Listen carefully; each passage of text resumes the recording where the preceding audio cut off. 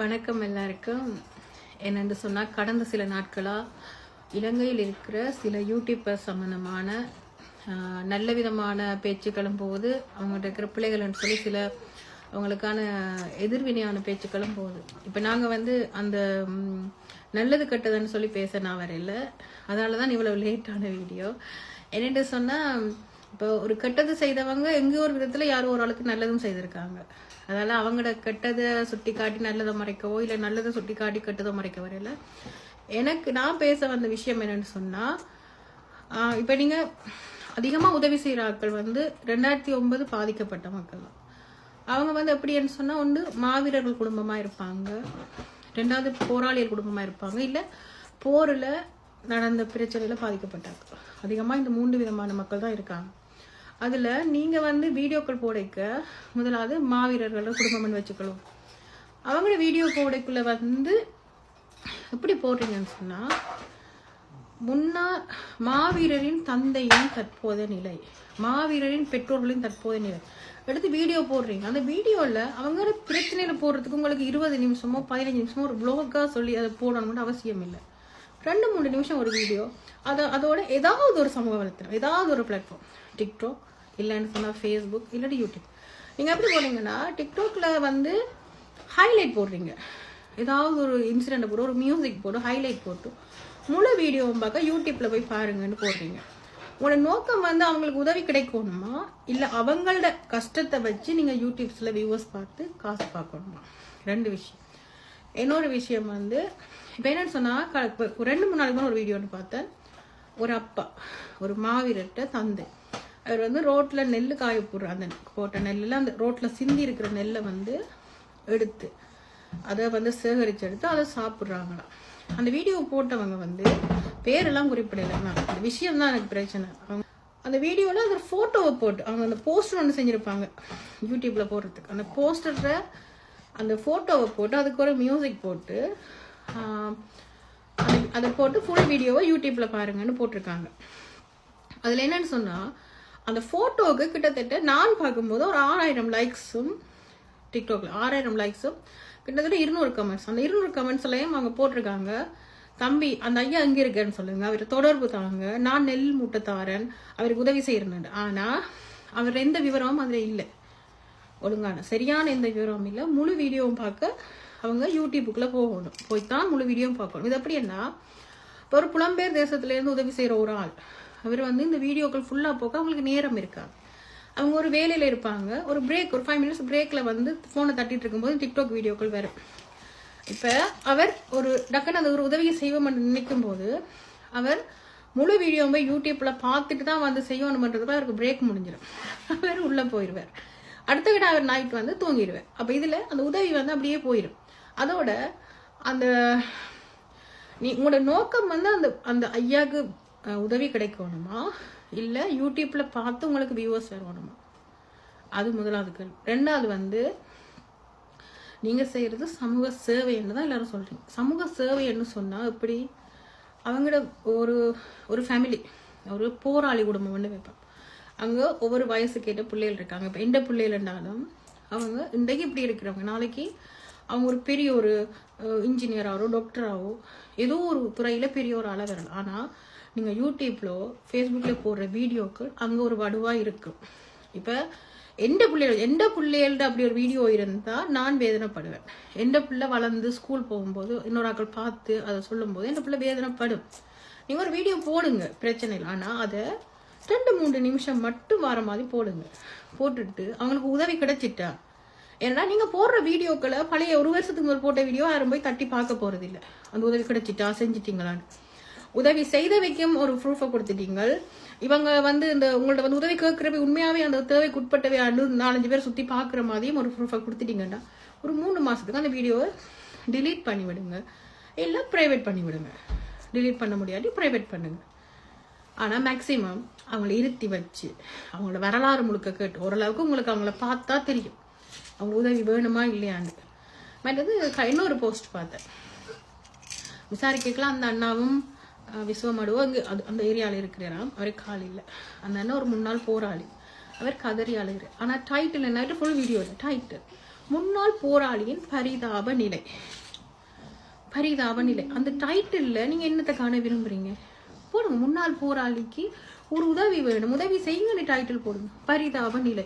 அவங்களோட கண்ணீரை வந்து நீங்க முதலாக்குறீங்க. எல்லாரும் ஒரு தொழில் செய்ய ஒரு கடை திறக்க போறோம்னா 10 லட்சம் 20 லட்சம் பணத்தை போட்டு திறப்பாங்க, ஒரு தொழிலை தொடங்குவாங்க. நீங்க எப்படி செய்றீங்கன்னா, எங்கட மக்கள் இப்ப எங்களுக்காக நாங்க நிம்மதியா இருக்கணும், சந்தோஷமா இருக்கணும்னு நினைச்சு எந்த சுயநலமும் இல்லாம போய் போராடின எங்கட மாவீரர்கிட்ட அப்பா அம்மா தாய் தப்பு சகோதரங்கள் அவங்கள வந்து அவங்களோட கஷ்டத்தை முதலாக்குறீங்க. இதுவும் ஒரு வகையில துரோகம்தான்.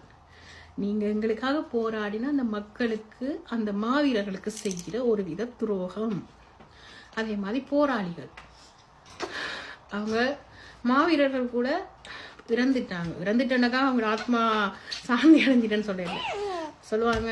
நிறைவேறாத ஆசையோட இறக்குறவங்களோட ஆத்மா வந்து இன்றைக்கு சாந்தி. ஏற்கனவே அவங்க இணைச்சது நாங்க கேட்டது கிடைக்கலன்ற ஒரு ஆதங்கத்துல இருக்கிற ஆத்மாக்களை அவங்களோட அப்பா அம்மாவை கையேந்த வச்சு ஒரு வீடியோ போட்டு அவங்கள வேதனைப்படுத்தி இன்னும் அவங்கள அலைய வைக்கிறீங்க. அதே மாதிரி போராளிகள் ஒரு போராளி அவர் ஒரு டைம்ல வந்து ஒரு போராளி ஒரு யூனிஃபார்ம் போட்டு தன்னை ஒரு கையில ஒரு புண்ட போராடினவர் இன்றைக்கு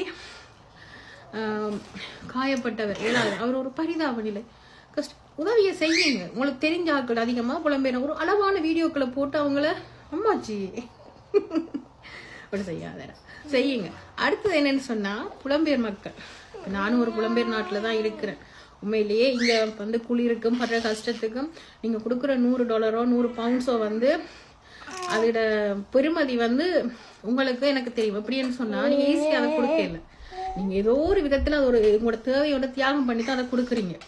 அதை மேக்சிமம் நேரடியா கொடுங்க. நேரடியா கொடுக்க முடியலையா, உங்களோட சகோதரங்கள் ஊர்ல உங்களோட சொந்த சகோதரங்கள் இருந்தா கொடுங்க. அவங்களும் இல்லையா, உங்களோட ஒன்றை விட சகோதரங்கள் மூலம் கொடுங்க. அவங்களும் இல்லையா, உங்களோட உறவினர் மூலம் கொடுங்க. அவங்களும் இல்லையா, உங்களோட நண்பர்கள் மூலம் கொடுங்க. ஏதாவது முறையில கொடுங்க. அப்படி ஏறாத கட்டத்துல அந்த உதவி செய்ய போற ஆட்கள் அம்மாச்சி விடுங்க, கையை பிடிச்சிட்டாவா, உதவி செய்ய போற ஆட்களோட நேரடி தொடர்பு எடுங்க. நேரடியா அவங்களோட பேசுங்க, பழகுங்க. அதிகமா இந்த மாவீரர் அம்மா அப்பாக்கெல்லாம் பிள்ளைகள் இல்லாம தனியே இருக்கிறாங்க.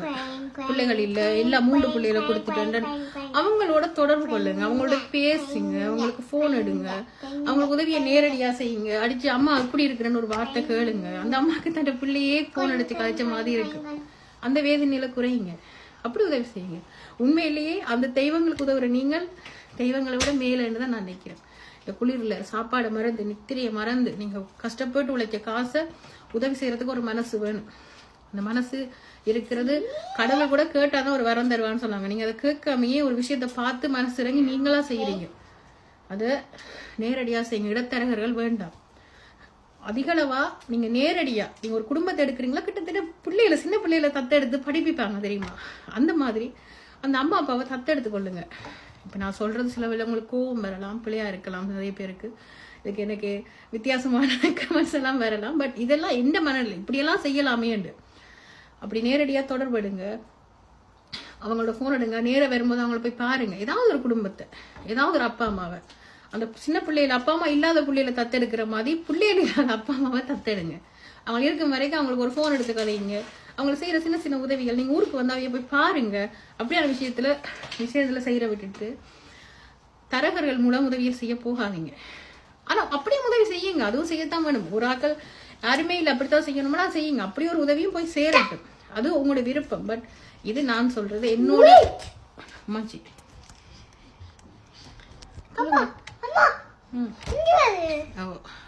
பண்ணாதம்மா, என்னோட மனநிலை. நான் இப்ப 2 நாளா இந்த பிரச்சனைகள் இதற்கு என்ன சரி பிள்ளைன்னு சொன்னா, தனிப்பட்ட ஒரு ஆள் மூலம் நீங்க உதவி செய்யக்குதான் அந்த உதவி போகுதா வருகுதா நடக்குதா இல்லையான்னு பிரச்சனை.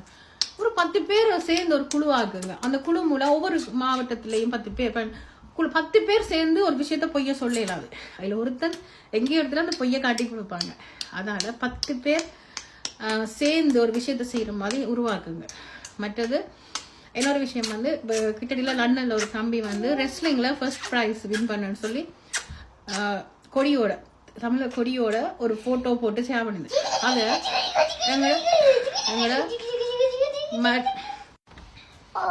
ஓ சாரி நீயா வந்து வீடியோ பண்ணிட்ட என்னன்னு சொன்னா அந்த தம்பி வந்து அந்த கொடியோட போட்டோ போட்டது.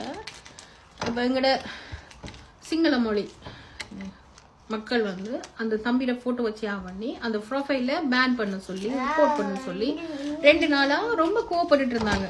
அதுல ஒன்று புரியணும், அவங்க வந்து நாங்க ஜெயிக்கிறத விரும்பலைன்னு சொல்லி. அப்படி இருக்க ஒருத்தன் போராடி கஷ்டப்பட்டு முதலிடம் பிடிச்சதே அவங்களோட தாங்க முடியலையா, நாங்க வந்து போடுற வீடியோக்கள்ல அவங்க பாக்குறாங்க. எங்க ஆக்கள் ரோட்ல நாவல் பழம் விற்கிறாங்க, கஷ்டப்படுறாங்க. எல்லா வீடியோவும் பார்த்து அவங்களுக்கு எங்களை சுடணுமோ எங்களை குண்டு போட்டு அழிக்கணுமோ அதெல்லாம் தேவையில்லை. அவங்களுக்கு நாங்க கஷ்டப்படுறத பார்த்து ரசிச்சு அவங்க சந்தோஷமா இருந்து கொள்வாங்க. அதால அந்த வீடியோக்குள்ள குறையுங்க. 2-3 நிமிஷம் நீங்க உதவி செய்யற நினைச்ச உங்களுக்கு அந்த வீடியோவை வந்து ஃபுல்லா போடணும்னு அவசியம் இல்லை. நீங்க நிறைய கருத்துக்கள் சொல்லுங்க. அது நீங்க தனிப்பட்ட காய்ச்சி சொல்லிட்டு அது ஒரு சின்ன 1 நிமிஷம் 2 நிமிஷம் ஜாயின் பண்ணுங்க. இல்லாட்டி தனியா போடுங்க. மற்றது ஏதாவது ஒரு பிளாட்ஃபார்ம் டிக்டாக்னா டிக்டாக் மட்டும் யூஸ் பண்ணுங்க. எல்லாத்துலயும் போட்டு அந்த வீடியோக்கள் எங்க பார்த்தாலும் 2 வருஷத்துக்கு முதல் போன வீடியோவும் திருப்பி வருது, வந்து கொண்டே இருக்குது. 50,000 ரூபாய் காசை கொடுத்தாலும் அவங்களோட கஷ்டம் தீர போறது இல்லை, அவங்கள சுத்தி இருக்கிறவங்க கஷ்டம் தீர போறது இல்லை. எங்களோட இனத்தில நிலைமை படிப்பு. 2வது இந்த நாவல் பழம் பாலப்பழம் விற்கிறாங்க ரோட்ல இருந்து எங்களோட பிள்ளைகள் எல்லாம். அதே மாத்தம் அந்த பிள்ளையால அந்த வெயில்ல கஷ்டத்துல நின்றுட்டு போய் அந்த பிள்ளையால பள்ளிக்கூடத்துல படிக்க இயலாது. பள்ளிக்கூடம் போனாலும் அதே சரி பண்ணணும். கிட்டத்தட்ட ஒரு ஆக்கள் சொன்னாங்க 10 லட்சம் புலம்பெயர் தமிழர் இருக்காங்களாம். 10 லட்சம் பேரும் வசதியா இல்லை, வெளிநாட்டுல இருக்கிற எல்லாரும் வசதியா இல்லை. ஆனா சில பேரால 1-2 குடும்பத்தையும் ஒரே நேரத்துல பார்க்கக்கூடிய வசதியான ஆட்களும் இருக்கிறாங்க. அப்ப அவங்களை தேடி அவங்க மூலம் ஏதாவது நன்மை செய்வோம். தனிப்பட்ட ரீதியில எதையும் செய்யாம இதுக்கு வந்து யார் வேணாலும் வந்து சேர்ந்து எல்லாரும். ஆனா எல்லாட்ட மனசுலயும் செய்ய போற எல்லாட்ட மனசுலயும் சுயநலம் இல்லாத ஒரு வேலை செய்யறதுக்கு அதுல ஒரு வீதம் கூட சுயநலம் இல்லாத மனிதர்களால் மட்டும்தான் செய்ய முடியும். சுயநலம் இல்லை, சுயநலம் இருக்கக்கூடாது. இல்லாத இளம் சமுதாயம் முக்கியமா புதுசா ஒரு விஷயத்த செய்வோம் என்று யோசிப்போம், வாங்க பேசுவோம், நேர பேசுவோம். ஃபேக் ஐடி வேண்டாம், முகம் மறைச்சு வேண்டாம், அது கூட விருப்பம். பட் எனக்கு அப்படி பேச விருப்பம் இல்லை.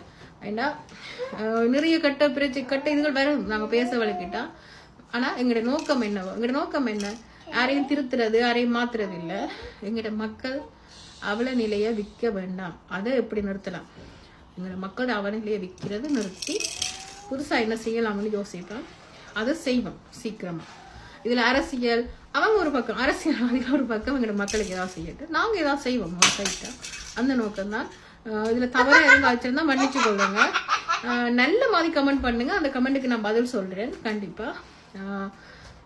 கண்டிப்பா யார் பேசினாலும் எல்லாருக்கும் ஒரே மாதிரியான எண்ணங்கள் இருக்காது.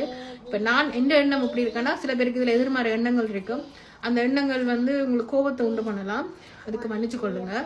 ஏன்னா எல்லாரும் ஒரே மாதிரி சிந்திக்க முடியாது, எல்லாருக்கும் ஒரே மாதிரி எண்ணங்கள் எதிர்பார்ப்புகள் இருக்காது. அதனால தவறா இருந்தால், தவறான வார்த்தைகள் எதுவும் வந்திருந்தாலும் மன்னிச்சு கொள்ளுங்க. அடுத்த வீடியோலயும் அடுத்த லைவ்லயும் பேசுவோம். நன்றி, வணக்கம். வணக்கம் சொல்லி விடுங்க.